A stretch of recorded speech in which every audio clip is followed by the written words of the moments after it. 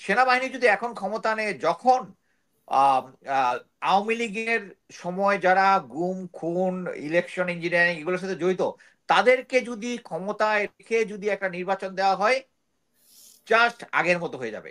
So এটার এই কারণে হচ্ছে, যদি সেনাবাহিনীতে একটা সিরিয়াস ক্লিনজিং হয়, অনলি দেন ক্ষমতা গ্রহণ করে। আদারওয়াইজ এই সেনাবাহিনীর মাধ্যমে শেখ হাসিনাকে আনবে না, কিন্তু ভারতীয় আমাদেরকে রুল করবে। কারণ ভারত, এবং এই কারণে আমরা সবাই জানি, মানে একটা আছে যে অনলাইনে নাকি জামাতের লোকজন বেশি, এই জন্য কয়েকদিন আগে বেশ কয়েকটা জমির মধ্যে জামাত আগিয়ে আছে। সো এই জিনিসটা আমার মনে হয় যে অ্যাট প্রেজেন্ট যে সিচুয়েশন আছে, আওয়ামী লীগের এখন গ্রাউন্ডে না থাকায় বিএনপি, আমি মনে করি যে একটা সাধারণ যে কোনো নির্বাচন নিয়ে আমি মনে করি জনগণ বিএনপি কে ভোট দিবে। এটা আমার অ্যাসেসমেন্ট, যেহেতু আমি সেনাবাহিনীতে গোয়েন্দা সংস্থা থাকতে আমি কয়েকটা জরিপ টরিপ করেছি। আমার কাছে প্রেজেন্ট যে সিচুয়েশন দেখে মনে হচ্ছে হবে, কিন্তু এই সিচুয়েশনটাকে মানে গলদ ইস্তেমাল করতেছে বিএনপি। তারা ভারতের প্রতি যে এই নীতিটা দেখাচ্ছে, তাদেরকে তাদের যে লোকজন এখন বলতেছে মানে ভারতের সাথে যে সমস্ত ঋণ নিয়ে যে তাদের তাদের নেতারা যে সমস্ত কথাবার্তা বলতেছে, আবার কিছুক্ষণ পরে ওটা আবার ক্যান্সেল করে দিচ্ছে, ইটস গোয়িং এগেনস্ট বিএনপি। আমি মনে করি যে তাদের তবে এই ভারতকে তো এই সরকারও খেপাতে চাচ্ছে না, বিএনপি তো একেবারে মানে আমরা ধরি মাছ না ছুঁই পানি। জি, এবং আপনি দেখবেন যে সালাউদ্দিন সাহেব এতদিন ছিলেন, কিন্তু ভারত ওনার সাথে কি করেছে না করেছে সেটা নিয়ে কিন্তু আমরা স্পষ্ট কোনো বক্তব্য পাইনি। কারেক্ট। এটা এটা কারণ হচ্ছে, এটা মানে মানে ইন্টেলিজেন্সের ওয়ার্ল্ডে মনে করেন, কেউ যদি একবার বিদেশে মানে ডিফেক্ট করে বা যাওয়ার পরে আবার ফেরত আসে, he is never taken into guaranteed, এবং তাকে সবসময় সাইডলাইনে করে রাখা হয়। আমরাই বোধহয় একটা এমন একটা জাতি যারা মানে দেখেন, আমরা যখন ব্রিটিশ এম্পায়ারের সাথে যখন ছিলাম, তখন না কিন্তু আমাদের এই গোয়েন্দা সংস্থাগুলো কিন্তু ছিল হচ্ছে MI6 এর অংশ। সেই MI6 এর অংশটা যখন পাকিস্তান ইন্ডিয়া ভাগ হয়ে গেল, তখন তারা তাদের গোয়েন্দা সংস্থা ইভেন পাকিস্তান গোয়েন্দা একটু আগায় ছিল। বাট যখন তারা 65 ওয়ারে ডিফিট ডিফিট বলবো না, একটা স্টেলমেট সিচুয়েশন ছিল, তখন তারা রিয়েলাইজ করতেছে তাদের ভুলটা, তারা কিন্তু তখন ড্র তৈরি করছে। আর আমাদের সরকার কি করে, আমাদের পলিটিক্স মানে দলগুলোর কাছে মানে সরি টু সে, যে তারা সবসময় দেশের ইন্টারেস্ট থেকে তারা সবসময় চায় রাজনৈতিক তার দলটা যাতে ক্ষমতা আসুক, এবং তারা আমাদের এই গোয়েন্দা সংস্থাগুলোকে তখন দেখা যাচ্ছে, আমরা আওয়ামী লীগ সরকারের সময় দেখেছি তারা রয়ের পিছনে থাকে, হয়তো বিএনপি আসতে পাকিস্তান পন্থী এটা হয়ে যাব, বাট কেউ দেশের কথা চিন্তা করতেছে না। তা আমি মনে করি যে বিএনপির এখন উচিত হচ্ছে একটা প্রেজেন্ট সিচুয়েশন। আমি আরেকটা জিনিস বলতে চাচ্ছিলাম, যে ভারতে পাকিস্তানের সাথে যে আমাদের যে এখন বাণিজ্যিক ইয়াটা হচ্ছে, এটা আমি ওয়েলকাম করি, নট অ্যাজ এ পাকিস্তান। আমি মনে করি যে পৃথিবীর যে কোনো দেশেই হোক, আমার যে ব্যবসা বাণিজ্য করবো, যেটাতে আমার সবচেয়ে বেশি লাভ, আমি ওটা করবো। এট প্রেজেন্ট পাকিস্তানের সাথে ব্যবসা করে লাভ হচ্ছে, আমি এটা করবো।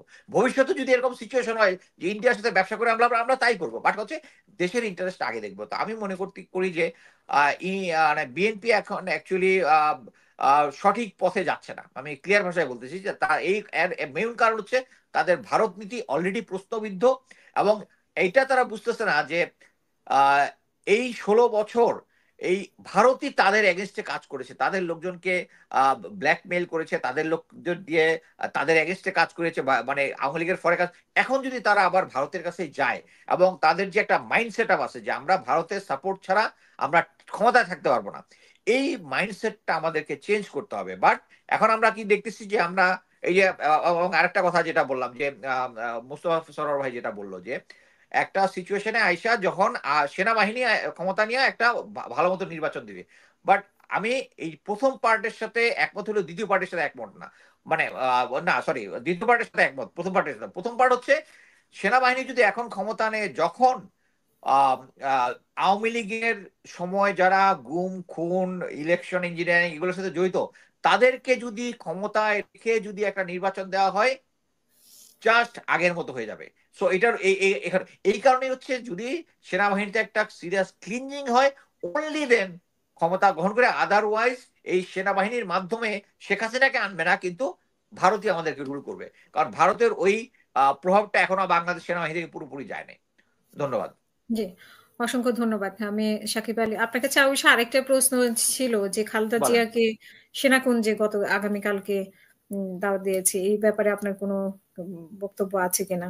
তারেক রহমানকেও বলেছে, যেহেতু তারেক রহমান দেশে নেই, তো সেখানে তারেক রহমানের প্রশ্ন আসছে না।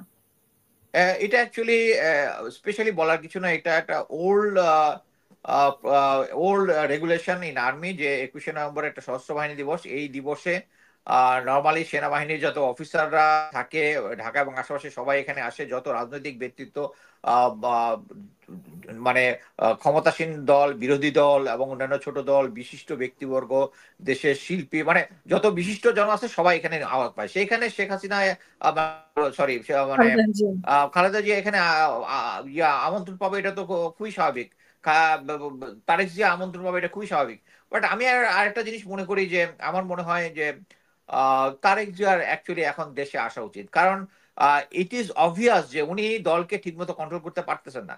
উনি দেখা যাচ্ছে যে ইসকনের ইয়ার উপরে, মানে বাংলাদেশের ফ্ল্যাগের উপরে ইসকনের ফ্ল্যাগ যেটা দিয়েছে, ওইটা নিয়ে বিএনপি লোকজন যখন মামলা করে, দেখা যাচ্ছে সে দল থেকে ইয়া হয়ে যাচ্ছে। অথচ দুর্নীতি যখন যাচ্ছে তাদেরকে করতেছে, আবার অনেক সময় করতেছে না। এই যে মিস ম্যানেজমেন্টটা, এটা দূরে থাকার কারণে হচ্ছে। উনি যদি এখানে থাকে তাহলে হয়তো এটা ঠিক হয়ে যাবে।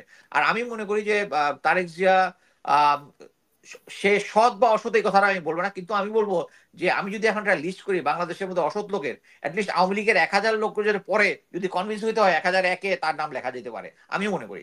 বাট তার আগে সময় তার এগেনস্টে একটা জিনিসও আদালতে প্রমাণ হয় নাই। সো আমি মনে করি যে এই সিচুয়েশনে ওনার নামে মামলা থাকলে আমি মনে করি দেশে এসে ওনার উচিত হচ্ছে এই বিএনপির হাল ধরা।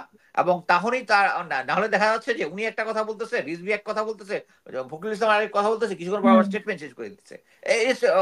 এবং এটা কিন্তু আলটিমেটলি বিএনপিকে ব্যাক ফুটিং এ নিয়ে যাবে। আমি মনে করি যদি উনাকে এসে যদি আইনি বাধ্যতার জন্য কয়েকদিন জেলেও থাকতে হয়, ইউ শুড অ্যাকসেপ্ট ইট। জি। এবং এটা তার ইমেজকে অ্যাকচুয়ালি আরো উজ্জ্বল করবে। ধন্যবাদ।